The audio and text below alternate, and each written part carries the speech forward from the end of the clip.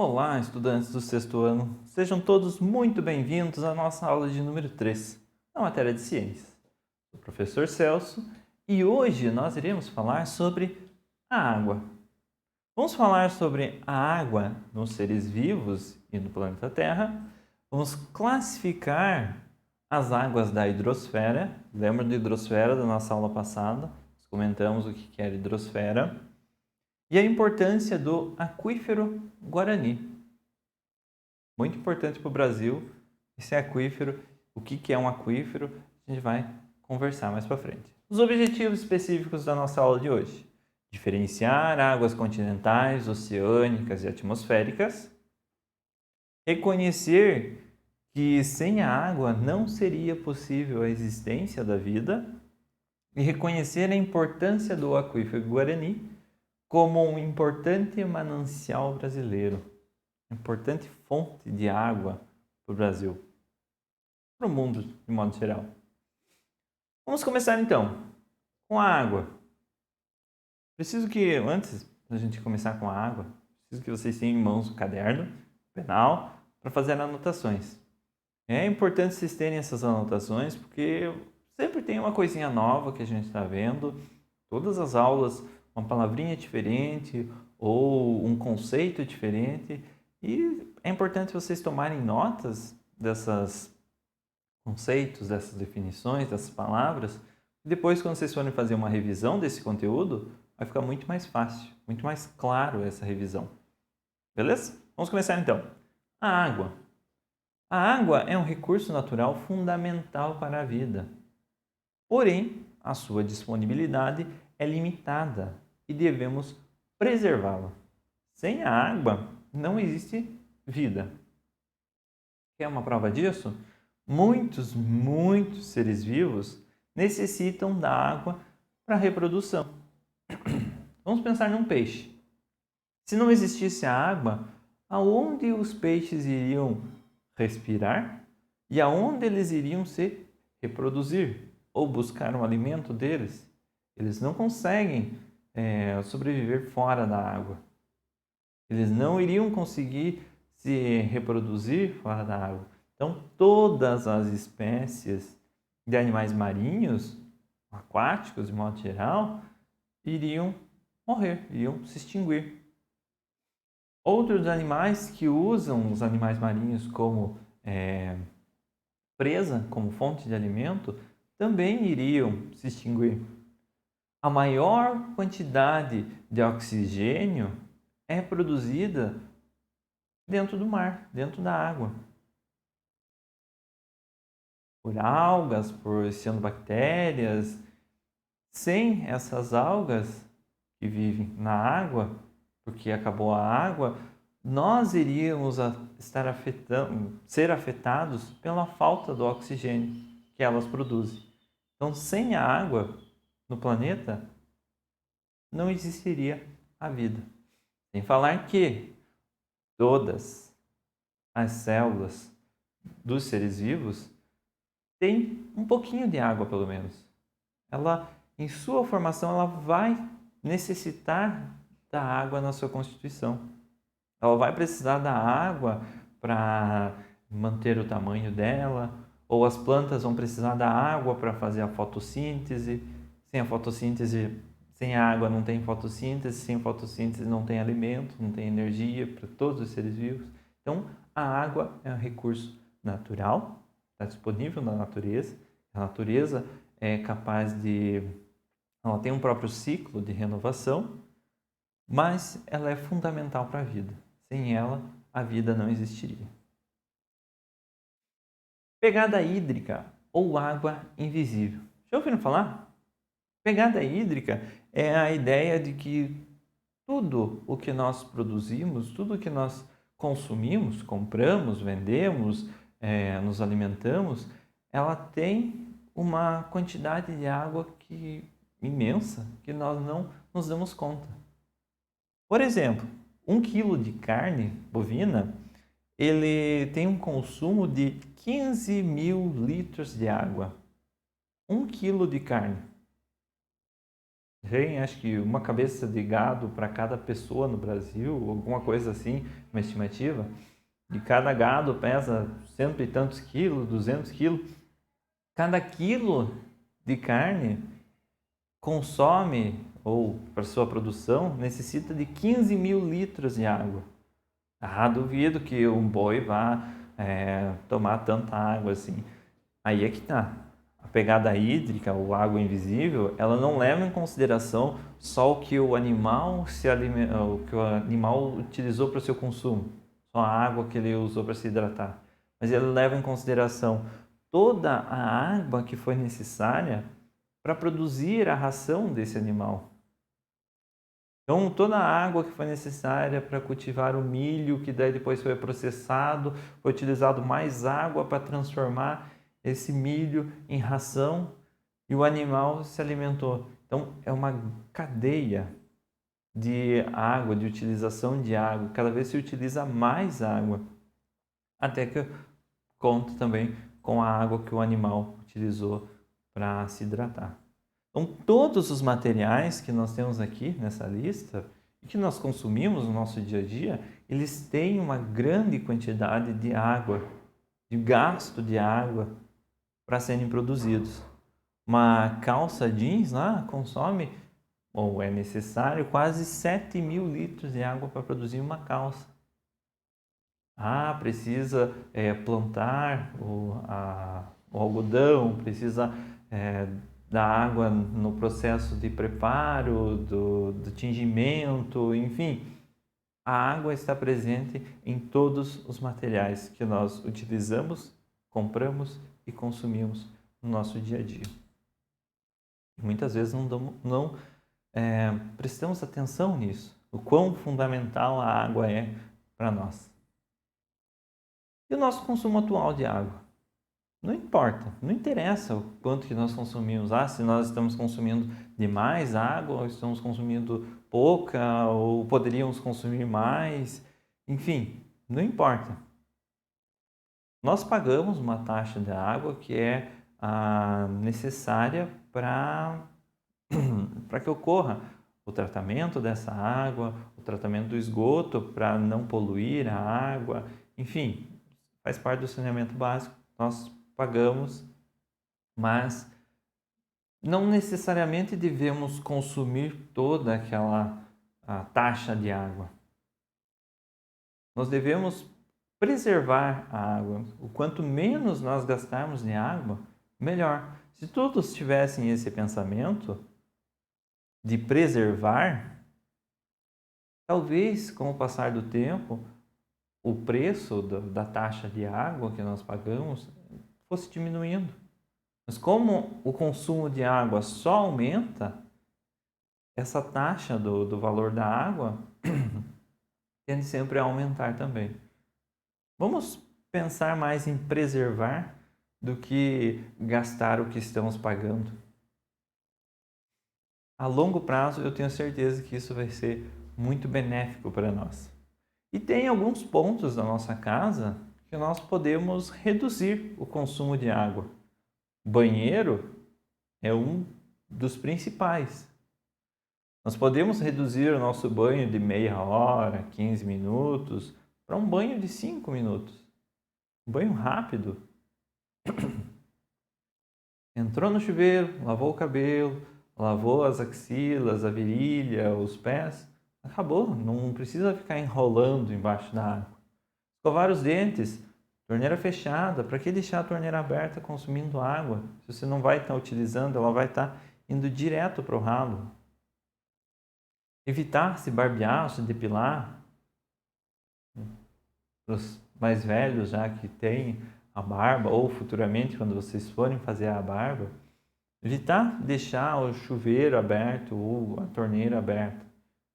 Enche um tacho d'água, uma bacia d'água, para fazer a depilação ou barbear nessa bacia.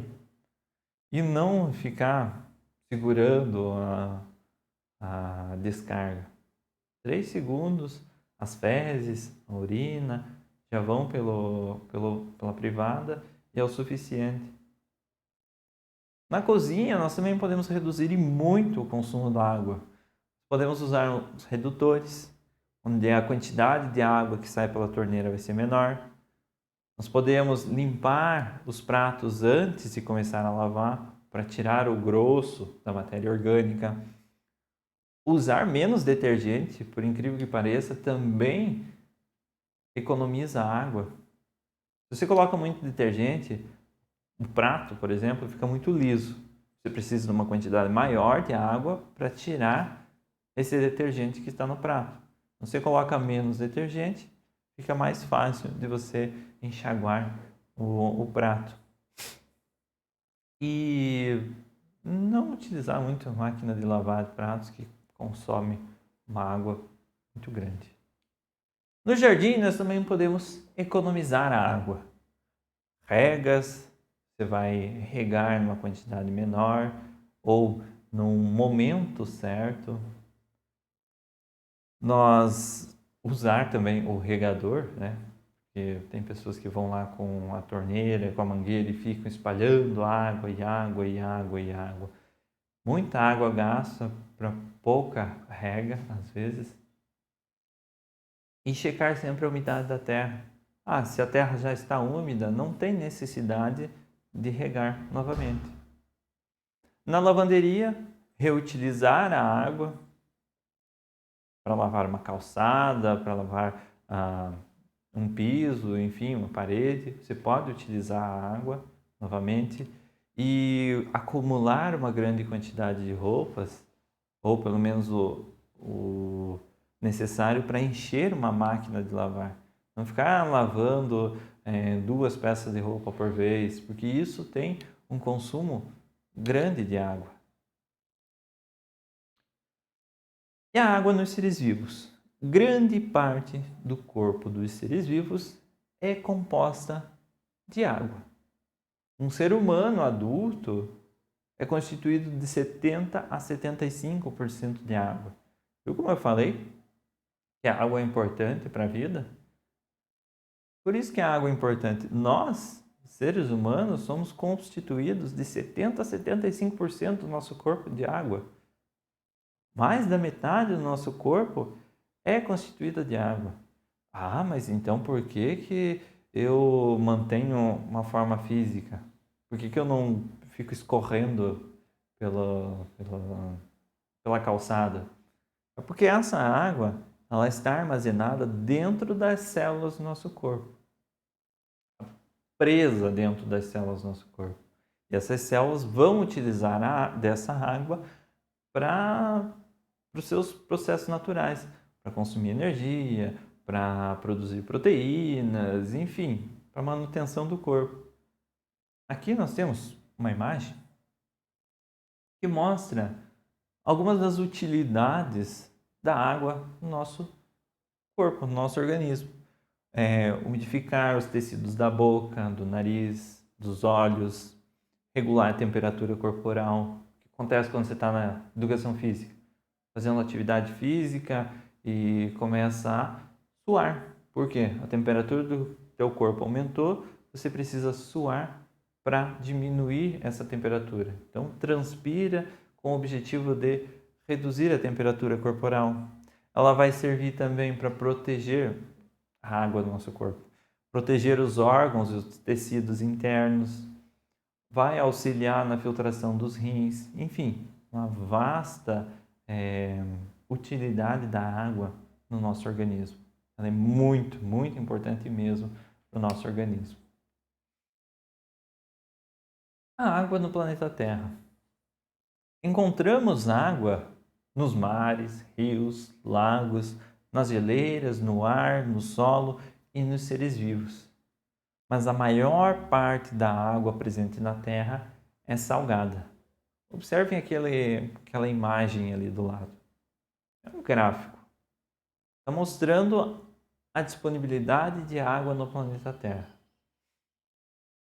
97% da água no planeta Terra,